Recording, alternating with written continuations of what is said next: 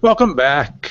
Welcome, WELSTech listeners, WELSTech viewers, to episode 413 for October 6th, 2015. It's 4 o'clock, Tuesday afternoon. We're right where we need to be, and I'm joined by the person that I need to be with at 4 o'clock on Tuesdays, and that's my buddy, Sally Draper. Hi, Sally. Hi, Martin. How are you today? I'm okay. How are things in New Ulm these days? There's a chill in the air, and the leaves are turning, so lovely place to be. Leaves are turning, but all the students are there. They're learning. It's a neat place to be in the fall, actually, I think. Good. We have a podcast to do here, episode 413, and we're kind of back in the swing of things. It was good last week to go through one of our educational technology sessions with Gail. Kind of felt natural, felt comfortable. Always nice to have Gail and Jason join us on the show. They bring a lot of expertise, for sure. I think you're right. And we actually have an old friend joining us on this show as well, pastor or missionary. Mike Hartman was in New Ulm, and you had a chance to sit down, or we had a chance to sit down with him. You had the chance to sit right next to him and talk a little bit about, get a little bit of an update on his mission activities, and talk a little bit about our topic of the day, which is feedback. Trying to figure out how we're doing based on asking the right questions and having open ears. You and Mike actually go back a little ways, don't you? Yeah, we do. We were kind of reminiscing about that when he visited. He and all the mission team in Mexico actually worshipped with us via online worship streaming for a period of about 6 months when they relocated to the Leon area. So they reached out to us and actually sent us some feedback. So it kind of ties into feedback because there were improvements that we made in our worship broadcast because of them there at St. John's and Sleepy Eye. So really neat.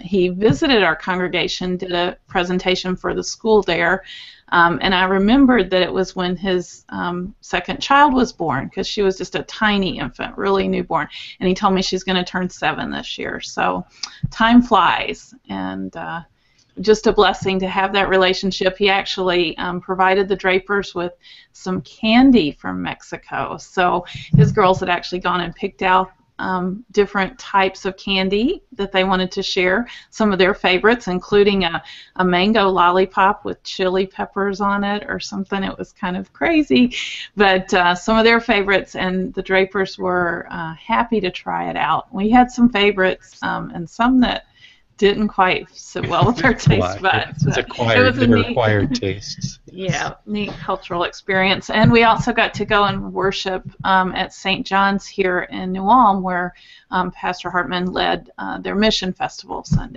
or Saturday night and Sunday. And so just a wonderful treat to connect with missionary Hartman. Yep, he's a very talented and interesting guy. He always is an interesting interview with a lot of things going on. I'd probably call him entrepreneurial. He's looking for our different ways to conduct ministry. That's kind of what we're about as well. And so why don't we go ahead and play that interview, which we recorded when he was on campus there just a few days back, and then we can circle back and talk a little bit about feedback and gaining feedback. So let me cue that up. Joining us today is missionary Mike Hartman. He is actually here in person at Martin Luther College. We're thrilled to have him up for some time with the MLC students, and brought along a traveler with him from Leon, Mexico. Yeah. Welcome. Thank you. Yeah, we're here for a few days connecting the MLC students to some of the stuff that we're doing, the Spanish students, and since Grandma and Grandpa live here in town, we brought our 6-year-old first grader Noel is spending a few really special days with Grandma and Grandpa while nice Daddy treat. does some work. So. Very good. Mike, just to refresh our listeners, tell everybody what your position is and where you're living these days. Sure. I am a missionary, and I live in the city of Leon, Mexico, which is right in the middle of the country. It's about the same size as the Twin Cities. And about 2 years ago, I was called to serve as the coordinator for WELS mission work in Latin America. Okay.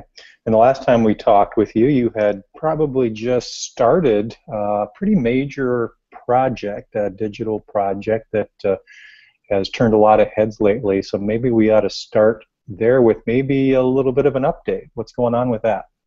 Well, sure. What we're trying to do in Latin America is use the communication tools God has given us to do ministry, and that means really we want to connect people to the means of grace, and we want to connect people to each other. And we have a couple of different resources that we're using with that. We use Facebook quite a bit. That's kind of one of our goals is to become a known entity in Latin America. Lutherans aren't. Latin America is the region of the world that has the least number of Lutherans, and so we want to simply become someone that's known.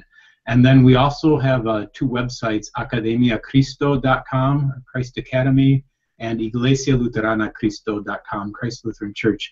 And that's basically an online teaching resources and an online church. And so we launched things at the beginning of February, and or at the end of February, and now God is blessing it in ways that beyond really what we expected or hoped for. I was realizing our Facebook page now has 133,000 people following the page. Wow. And which is as far as I know, I could be wrong on this. As far as I know, that is the largest Lutheran Facebook page at least that we are aware of, and we are growing. In the last 3 months, we grew by over 80,000 followers, and then we use that really as like you would think of online canvassing resource, or you might think of doing mailings. So we share the posts and such. We try to share it with a large number of people, and then we invite people to our website, and Academia Cristo website. We have Bible studies that are available for free. They're video connected with question and answer sheets that you can go through. But then we have the Come Follow Me movie that we've been promoting, and in the last 3 months, over 80,000 people have watched that video on our website, and over 30,000 people have downloaded a copy of the video from our website. So that gives us a way to, again, get out there, get good, solid doctrinal gospel message out there. And then when people come and visit the site, we work to connect with them personally. And there are different ways that we use, different tools that we use. One is live chat. And if you go on to the website, Academia Cristo, I think, yeah, you can share it here. Mark, while she's pulling that up, how is it that you can connect with so many people? I mean, you've got huge numbers here, and I'm sure you don't have that many staffers or volunteers to handle that. Well, one of the keys here is trying to get a lot of people to do a little bit and all work together. Multi-language publications has been really huge in helping enable us to do this. Mm-hmm. And then finding different people. For example, we have different volunteers. We have a volunteer in Puebla, Mexico, and a volunteer in Monterrey, Mexico, who post things. We have others that their job is to respond to people. So we try to get a lot of different people involved in that type of in this ministry. So this looks like a real-time chat. So you have the ability for somebody to click a button and say, "Let's have a conversation." Yes. An example, we had here Julio, who's on right now. He's actually a pastor in La Paz, Bolivia. So a person comes on and they'll be invited to chat if they have any. It says there, "Hi, how can I help you?" And you can chat with the person in real time if you wish. And then this, for example, last week or 2 weeks ago, we met someone in Honduras who connected with us this way, and they said, "Hey, could you please, I see this stuff. I'm actually leading a group of people. I have a church, but I never had received any training, and just had it in their heart they wanted to share God's word with others, and said, would you, could you help me?" So now this person has been connected with a Colombian pastor who is studying every week with this person online. And what's I think a kind of a cool thing is in the last 2 weeks, or excuse me, last 3 weeks, we have had 2 online confirmations now from our online church. So Christ Lutheran Church, we have a person from a man from Venezuela who was confirmed just last week, and then 3 weeks ago a lady from Argentina was confirmed. And both of these are people who have a real desire to bring God's word to others. The lady in Argentina wants to start a Bible school, Saturday morning Bible school for kids in her house. The man in Venezuela wants to start a Bible study in his house. So these people can then be connected with missionaries and with national pastors who can help do stuff via long distance, and then also look at how can we do face-to-face visits too with these type of people. So you use Facebook to reach a lot of people, and then as it goes through this, we try to filter through to identify people that really want to connect with us, that reach out to us, say, please help me, and then we start getting them into simple training programs and bringing them into our church, God willing. Yeah, Mike and I were visiting a little bit beforehand, and he likened it to the time of Luther, when there's a population that's really hungry for the word and wants to learn more, and Luther brought it to them. That's where the catechism came from and such. So I think that if you look at Latin America, according to the Pew Research Center, 90% of Latin America is Christian, but that doesn't mean that they understand even the basics of Christianity. And so Luther at his time, most of Europe at that time would have called themselves Christian, but people were very poorly trained, and people didn't understand the basic of gospel message, but the leaders had very little training. I think that the average 8th grade Lutheran elementary student in our 8th grade schools has received more Bible study and doctrinal training than the average pastor in Latin America. And so this is something that we are really strong in. Our seminary does an awesome job. Our schools do an awesome job of training leaders. We need to take advantage of our strength and let more people know about that. And that gives us an opportunity to get solid gospel message out to people, but also to be able to really teach people who are interested and approach us and ask for help. The topic of our show today is feedback, and I'm sure you put just a ton of effort into kind of building this program, trying to figure out what all the pieces are, how they work together.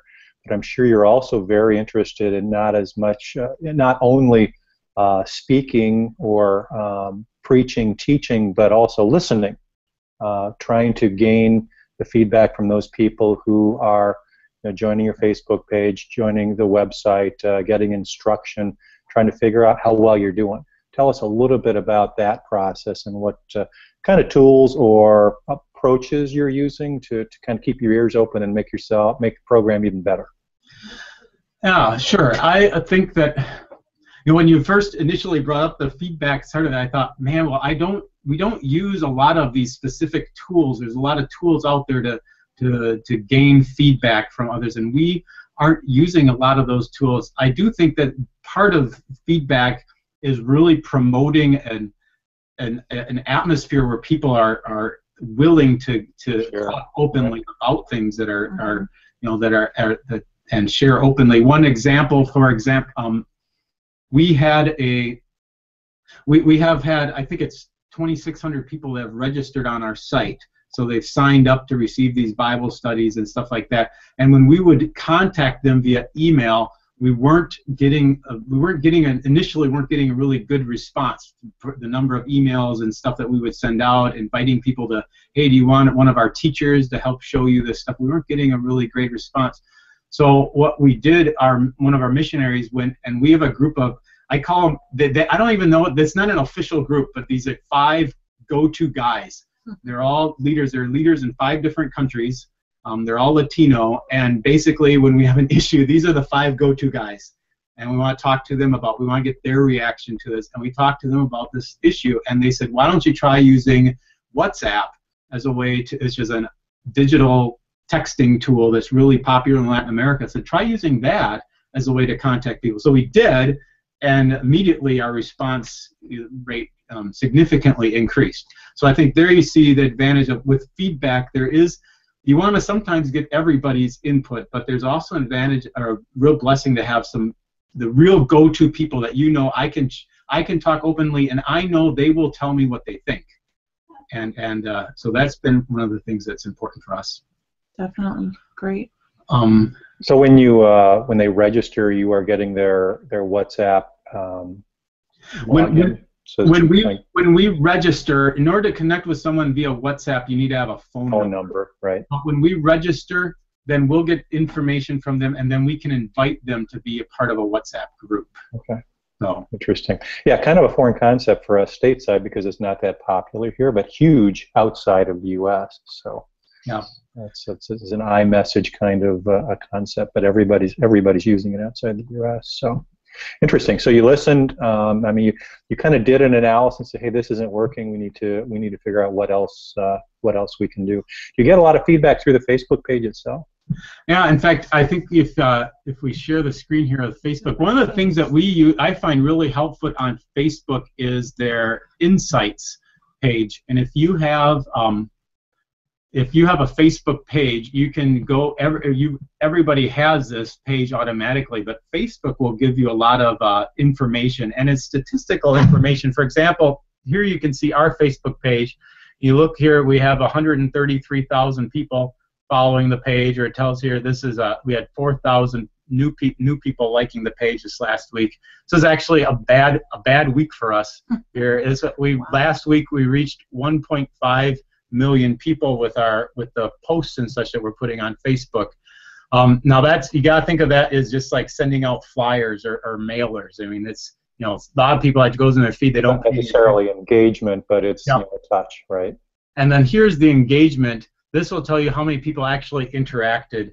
And so you see, for example, last week 65,000 people clicked that they liked something, or there were 5,000 comments, 16,000 people shared it, or 56,000 post clicks, and people clicked on something. But where the feedback really comes in is down at the bottom of this Insight page. You can follow other pages, and you click right here where it's pages to watch, and you click on Add Pages, and they'll suggest pages, but you can also pick pages that you want. And then you can follow it, and the way that I find this to be helpful is it helps you to see how you are doing compared to how other pages out there are doing. So you can see, for example, you can take this is the number of people following each of these pages. And so you look at Academia Cristo has 133,000 people following the page. You can compare it with other groups that have the number of people following. Now, I do think I think this shows how Facebook is different in Latin America, and also we're using it differently than some people. Everybody can have their own reason for using Facebook, and we are literally using it to try to make a lot of noise to get to be known. So, but you can compare how you're doing with others. You can also compare engagement.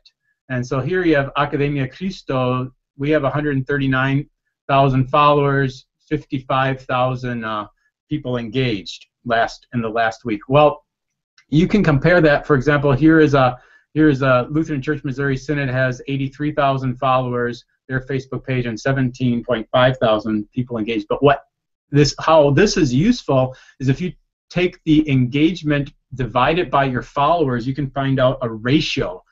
How many of the followers are actually engaging, and you can see how you compare with others. And so then when we put things up on our post, we can kind of know, is this something that people are noticing? Are they paying attention?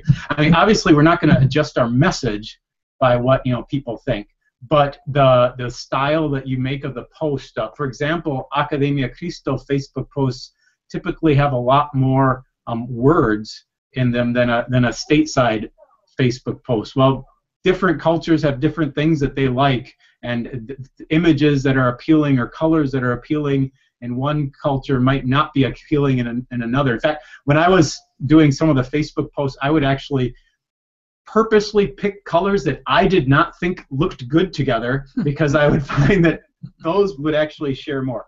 So here's a way to compare with how you're doing. You can also here, if you click on yours, you can see your top posts and see some of the details of your top posts.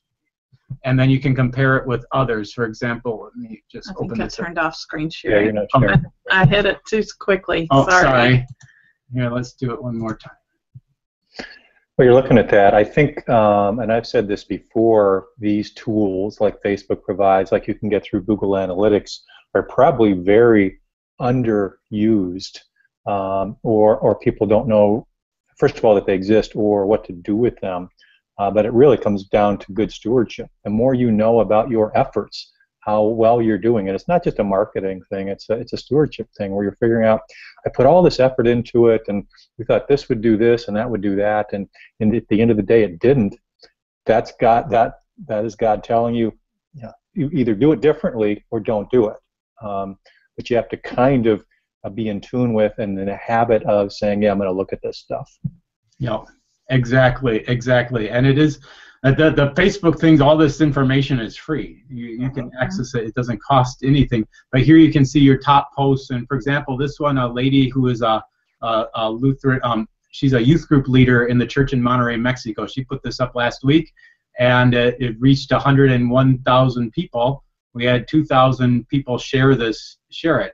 So, but you can compare yours with other groups, and again, you have to recognize different groups are using Facebook in a different way. But it gives you some insight into how are you doing, and how are people reacting to what you're doing. So, very interesting. Definitely. Obviously, that you have other ways of communicating with people besides Facebook, but even with Facebook, a lot of the communication is open channels where they can talk back to you. So I would imagine you get a variety of comments, and maybe that's where your go-to team kind of gleans out and figures out what direction to go with those comments. But there's probably some feedback going on just through the open channels. Yeah, and if you're going to use Facebook in a big way, you do need to have people that are monitoring what goes up. We had a big issue in the news here in Latin America was a recent letter written by the Pope concerning abortion and indulgences and stuff like that, and that was a really big news item. So we decided we needed to publish a reaction to it and then share that. And so you can imagine those type of things are going to have a lot of different comments and different opinions, and so it is important to have people that their job is to basically pay attention to that stuff. So. And managing all those people and getting the feedback together, it must be quite a production that you guys do to kind of pull all that in and have so many people involved in doing it. And I think the church is a body, and so it works well when everybody does a little bit and works together. And Multi-Language Publications now manages all the Facebook stuff, so they're the ones that are taking that over, and they're the ones that are doing that. And then as the missionaries, we want to find out who the people that want training from, and those are the ones that we're looking to closely work together. Awesome. Very good. Mike, thank you for stopping by and visiting with Sally a little bit and sharing some of your knowledge with us. Really exciting ministry, not just because of the numbers, but obviously, the important work that could happen one soul at a time, and it seems like that is happening. God's blessing that. So continued blessings on that, and blessings on your time there in New Ulm. You are, what are you doing up there today? Today I'm meeting with MLC students, doing some workshops. We're connecting them with some of the ministry that we're doing, and so I'm doing that, and we'll be at St. John's here in New Ulm doing the Mission Festival this weekend. Very nice. Great to have you on again. Thanks, Mike. Oh, thank you. My pleasure.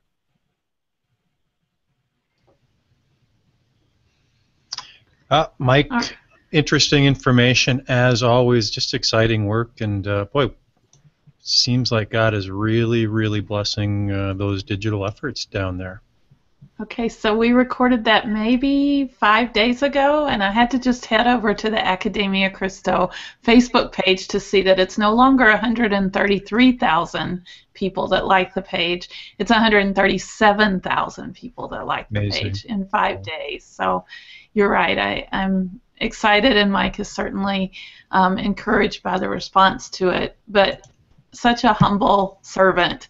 He reminded me when we were done with the interview that it's God's blessing that's causing it, not any of their efforts, but God's will that it spread this way. So God's word will not return to him void, and that's certainly what's happening there.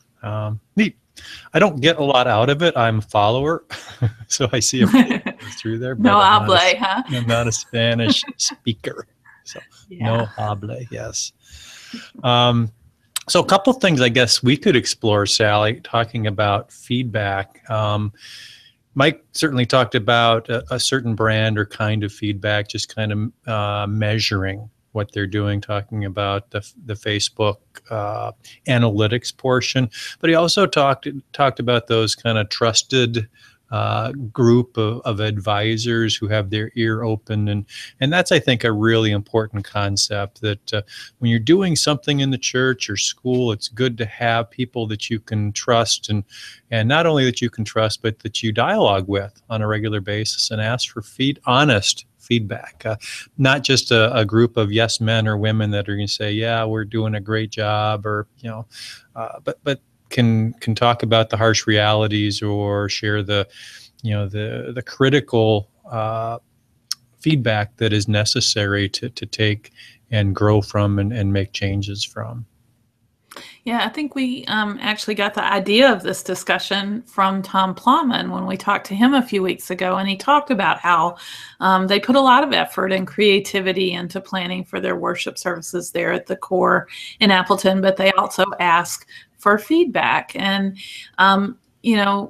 the trusted group, that kind of thing, does kind of weed out the extreme answers, because almost always you're going to get some people who just detest everything and some people who love everything, like you said, who are just yes men kind of people. So I like that concept of the trusted group, but I do think the church and school is a place where you can ask for feedback, find out how things are going, different than polling people for what they want to do in the future or whatever, but actually asking and acting even on what people's opinions are about the things you're doing right now. Like in a school, maybe it's something as simple as the car line and how the pickup and drop off kind of situation is going for the parents. Unless you ask, you're not going to know, because you're not out there in a car and experiencing it yourself. You have to ask what their experience is like and whether it's working well for them or not. So just a little example, maybe on the church side, asking about Bible study opportunities and the content that you're covering and the times that it's being offered and things like that. Yep. And if you're going to ask for feedback, obviously it's important to capture it and let people know that they've been heard and do something with it. And there's really nothing I think that we do as organizations, as churches or schools or faith-based organizations, that you can't ask for feedback on. It's just a good practice to get into, and I think once you create an environment, and I think Tom talked about that, and Mike talked about that too, create an environment where it's acceptable to solicit and to give feedback, and it's not a bad mouth and critical thing. It's a very helpful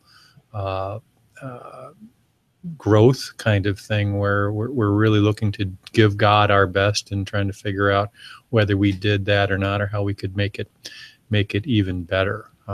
Fortunately, today there's all kinds of ways that you can set up to gain that feedback with the websites that we have and some of the surveys that we have. There's all kinds of forms, tools.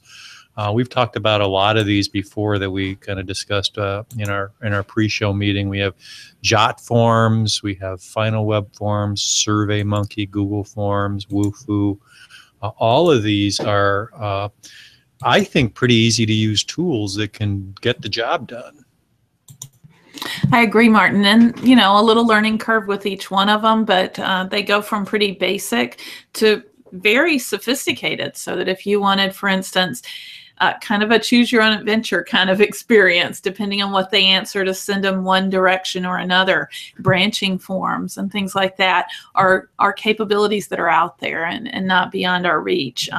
Some of it you can do for free with tools like Google Form, or you can step up to paid versions of things like SurveyMonkey and JotForm.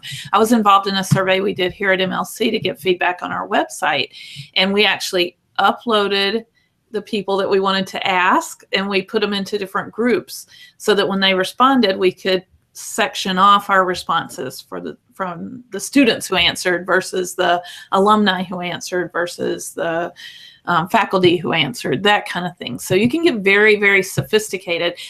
We have one guide we're going to share in the show notes. It's from Grammar Girl, and she actually gives you some good lowdown on how to write good survey questions and things to avoid as you're doing surveys. There's definitely an art to that. There are many different approaches. One thing that I've thought a lot about in creating surveys is whether you ask for people's names or not, or whether you allow them to be anonymous in the response process. And I've believed for a long time that I find anonymous responses less useful. Yeah, some people may think that it's the opposite, where well, people are going to be freer with their thoughts and share more if they don't have to put their name down. But what do you do with that information if there's any kind of follow-up that you want, or if you want a meaningful dialogue around a different topic? I think you have to really encourage them to be honest. And if you've created that environment where you said, hey, it's okay, to offer constructive criticism, to give feedback, both good and bad, put your name on it so that we can talk about it, versus what I think happens on the internet all the time when you see comments that go into newspaper articles or even elsewhere, blog posts, where there's just kind of drive-by kinds of comments that aren't overly helpful. If somebody's forced to put their name on it, then I think they're going to give it a little bit more thought and maybe even be more useful is kind of my approach. But again, it's going to be up to you how you feel about doing that. But I think that's the way I would lean. Just kind of going off of one thing that you said there, I think that communicating regularly that you're looking for feedback, for instance, having an open form on your website, your church or school website, where people could give you feedback on something.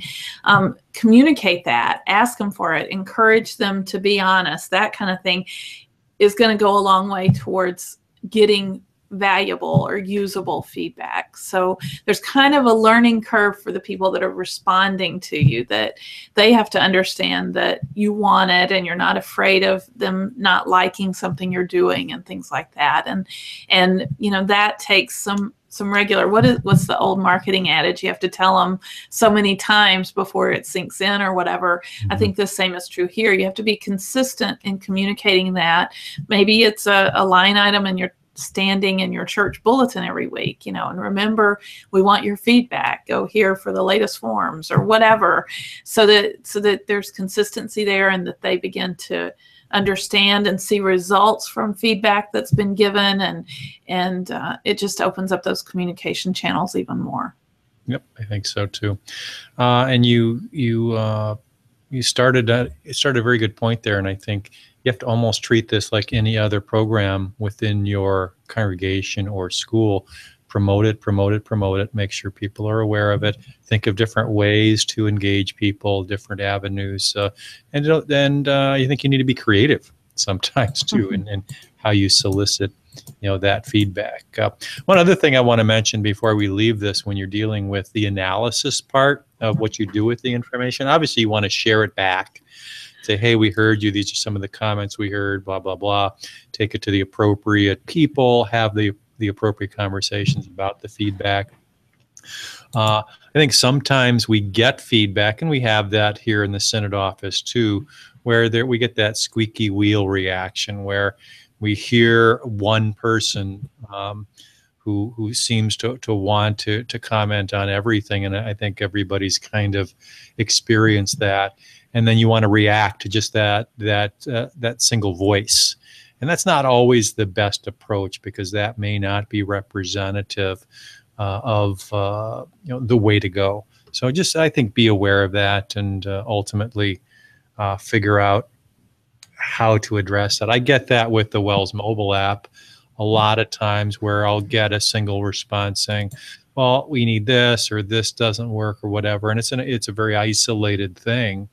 So I kind of have to look at all of the feedback that we get and try and figure out what the common denominator is, and then make some smart choices, because you could run down a lot of rabbit holes taking individual feedback by itself without kind of vetting it. And that's another reason, I think, to put a name with feedback is, if there are, if it's a very passionate thing, go out and reach out and say, let's talk about this. What is really the issue, and kind of ask the why questions. What is the root cause, and etc. So.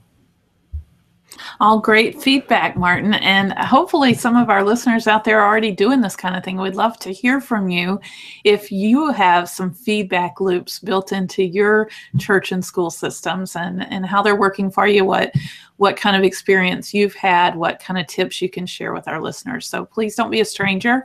Head on over to welstech.wels.net and give us your feedback on the topic of feedback. Nice segue. Gives us an opportunity to let everybody know that that website's a great place to go. You can email us, WELSTech@wels.net. All the social networks are out there for you. Join our Facebook page, follow us on Twitter, those kinds of things. All kinds of just nice channels that you can provide that feedback. Don't be shy. We're listening. Yeah. We are listening. Yeah, and a lot of the things on the show right now are different from our first show because of that feedback. So. Very true. All right, let's move along to our next segment, which is News and Tech. And Sally, I don't know if you are a Chromecast user, but we've got a couple Chromecasts in our home, and I want to let everybody know about some exciting news in the Chromecast world. They've launched some new ones, and there was we're going to put a show note link to a Wall Street Journal article, but you can do a quick Google search and find out all about the new Chromecasts that have launched. First of all, maybe a little explanation about what Chromecast is. It's an HDMI dongle, so to speak, that you plug into your TV, which acts as a little streaming device. So that and the appropriate app on your smartphone or tablet will stream content. Could be a YouTube video, could be Netflix, could be whatever, from your smaller screen to the bigger screen. So they've made some nice improvements. You have some designer colors now, red, yellow, black. It's now round instead of like a USB flash drive. So you plug this in. It needs power, so you need to connect it to either to a powered USB port on your TV, which a lot of them have now, or they provide a little USB plug-in. But lots of improvements, improved Wi-Fi capabilities. More and more apps are being supported with this. More and more people can get on the system a little bit easier. I think that was one of the challenges right away with the Chromecast is connecting to it. So you can have kind of guests come in and use their apps and stream to it. So you can do a little sharing that way. You also now have another Chromecast kind of device, and that is what they call Chromecast for audio, which you can plug into any powered speaker, and it becomes a Wi-Fi streaming speaker. So you could hook these up throughout your house, coordinate or stream audio to each one of them, have the ability to synchronize them. Just hooks up with an RCA cable, and then you can use apps like Pandora or RDO or Google Play Music or Spotify. Just click on the cast button and music is streamed. These work a little bit differently. So you're actually not streaming from your device to the Chromecast, you're actually dictating to the Chromecast, go out and get this content and stream down to yourself. Your device then acts as kind of a pause or play or channel switcher. These devices are very inexpensive, $35 a piece. So they work well. Sally, you a Chromecast user? Funny that you ask, Martin. We were just shopping Friday night and bought an old Chromecast. I guess I'm taking it back, though. Go get the new one. Just in time for Christmas. We should start seeing this kind of thing come out more and more as Christmas is on the horizon, and they have a nice price point there. It would be a good little gift. It's pretty reasonable for what it does. It allows you to stream that. Cut the cord for a lot of people if you just use your app and stream to it. So we saved ours for Christmas, so it's not open yet. So I think I can take it back still. Very good. Our next segment is called WELS Now, where we talk about things happening within the WELS community. What's going on in WELS? Well, we're happy to announce a brand new weekly devotion that's being produced from the Early Childhood Ministry Office. It's Early Childhood Ministry Educators Devotions, and they started up just a few weeks ago, and you can get it on the website. They have devotions published weekly that you can read and or listen to. There's an audio podcast version of the devotions as well. So these are specifically for early childhood ministry educators, and the things that they deal with and the world that they are a part of, those little lambs that they have the privilege of shepherding, and some encouragement from God's word specifically for them. But, we can all be encouraged from God's word. So maybe it's for moms of tots and things like that as well. So yeah, I think there's definitely check it out. There are homeschoolers, lots of different, I think, audiences for this particular podcast. That's great. And it's awesome that it's in text and audio format. So we'll be adding it to the WELS mobile app here soon in the next release, so that you'll be able to listen to it there as well. And there's the ability to subscribe and get the text version emailed to you on a weekly basis as they're released. So check out the link in the show notes and you'll find all of that. Very nice. Next up is our picks of the week. Not sure why I stopped sharing screens. I should quit pushing that button. It's a theme. So I want to share my screen one more time for my pick of the week. It's a website called 3D Hubs. And we've talked some recently on the show about 3D printing, and it's a up-and-coming technology breakthrough that's allowing people to print, and we're doing it in the Draper household, and we're learning more and more about it each day as my husband built a RepRap 3D printer. And one thing we discovered was this website 3D Hubs, which is basically a network of people with 3D printers who are willing to print for you for a price. So if you have something you'd like 3D printed, you can upload your file. I think it has to be in .stl format, which is something that 3D printer people know about, and things that are available out on the web that you can even download to have 3D printed in that format. And once you upload it, you select a hub, they call it, which is someone who does 3D printing. We had someone print for us in the Minneapolis area. We just found him through 3D Hubs, and my husband and him corresponded. They agreed on what the price would be, and later we went by his house and picked up the parts. They were actually taped to his door because he wasn't at home, but it was kind of odd going into a neighborhood in Minneapolis and finding our 3D printer parts. But it allowed us the opportunity to get the parts we needed before we had the 3D printer ourselves. And this is going to become more and more prevalent. Just recently we had a broken car handle door, and we actually were able to print a 3D part to fix what had broken inside the car handle. So more and more we'll be doing this kind of printing to fabricate our own solutions for challenges and things. And so it's exciting technology, and it's neat to know that you can find someone local to tap into to print something if you need something printed or just are curious about it and want to give it a try. 3dhubs.com is the website. Yeah, I know when we've talked to Jason, he's big on this, and I know a lot of our Lutheran high schools are definitely trying to get some of these 3D printers in front of the kids, and Sarah's definitely a future. I can, gone are the days where you got to pay, $150 for a little part probably that you did by yourself to fix your door handle. Just amazing. And probably had to wait 3 weeks would have to wait 3 weeks to get it shipped to you even. Amazing.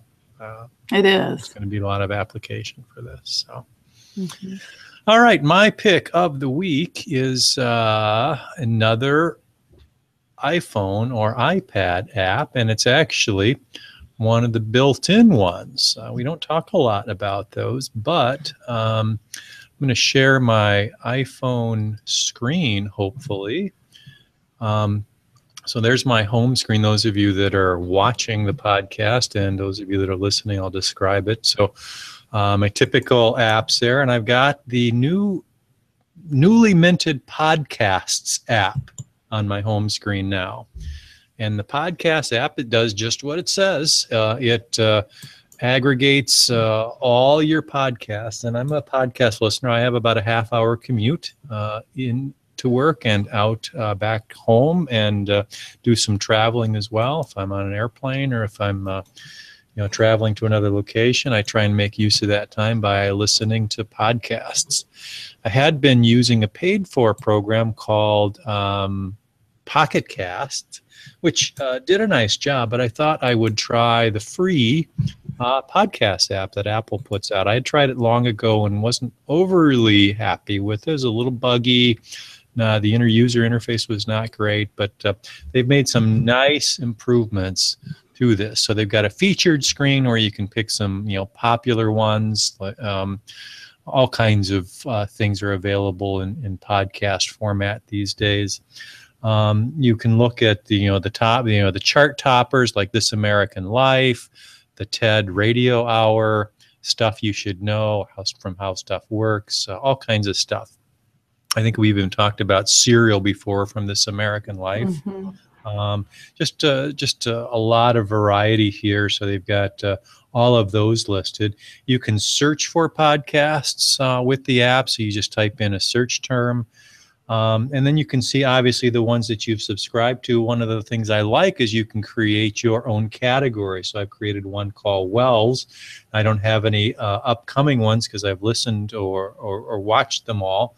But that's where WELSTech would come in, or our devotion, or through the Bible, or the early childhood one that you just mentioned, Sally, in Wells Now. And then there's an unplayed section. So you can kind of see all the things that are available that I haven't listened to. So once you click into them, so I'll click into WELSTech, our WELSTech audio podcast, which is available on iTunes and available in the iTunes app. It doesn't have to be on iTunes to plug in here. You can plug in a URL and it'll pull it in as well. So you'll see the unplayed section, and I don't have any unplayed here, but if I go into the feed section, you'll see all of the podcasts that we have, and you can click on these. It'll play them or download them, share them.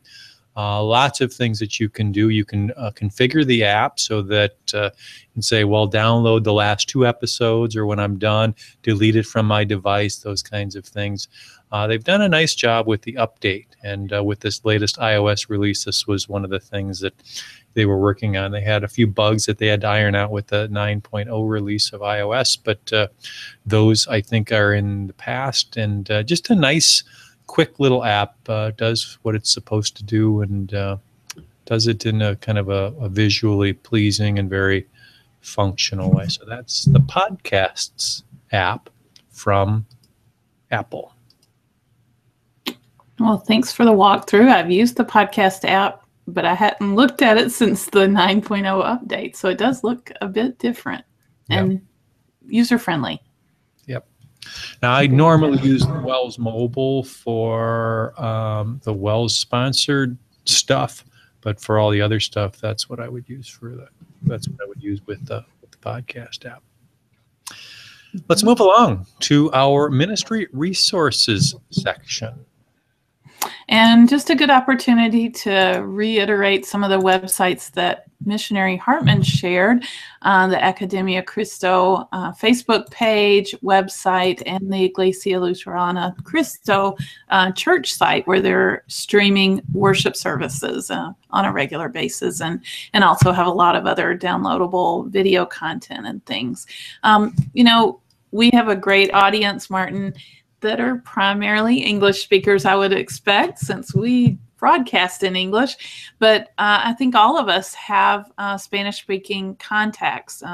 Perhaps in the church or school setting, we have members or prospective members who are Spanish-speaking. And I think Mike alluded to it a little bit in the interview we did with them. But one of the goals is to connect with people in America who are Spanish speaking and connect them to these websites, and also through them connect to their families in Latin America as well. So I encourage our listeners to make use of the websites and share them with their Spanish speaking friends. I think it's a great, great ministry tool that you can tuck in your pocket and have available to share. So check out the websites, tag them or save the links however you can, and make sure and share those with Spanish speakers as you encounter them. Great. I have a sneaking suspicion that our featured video also has something to do with our ministry in Mexico or Latin America. It does, and the other theme of the show is that I quit sharing my screen too quickly, but we do have a featured video. It's actually a detailed update from Missionary Hartman, about a 10-minute listen and watching, and a chance to learn even more about the work that's going on through the Latin American missionary team and through those websites we just featured. So check it out and learn more about the important work that Missionary Hartman shared with us. Always nice to know what to pray for, and that's certainly something we'd all want to do. Mm-hmm. Next week, we are excited to bring you the second edition, Chapter 2 of our book, With All Your Heart. We're going to be talking about project management again for churches, schools, and faith-based organizations. So we've written another chapter.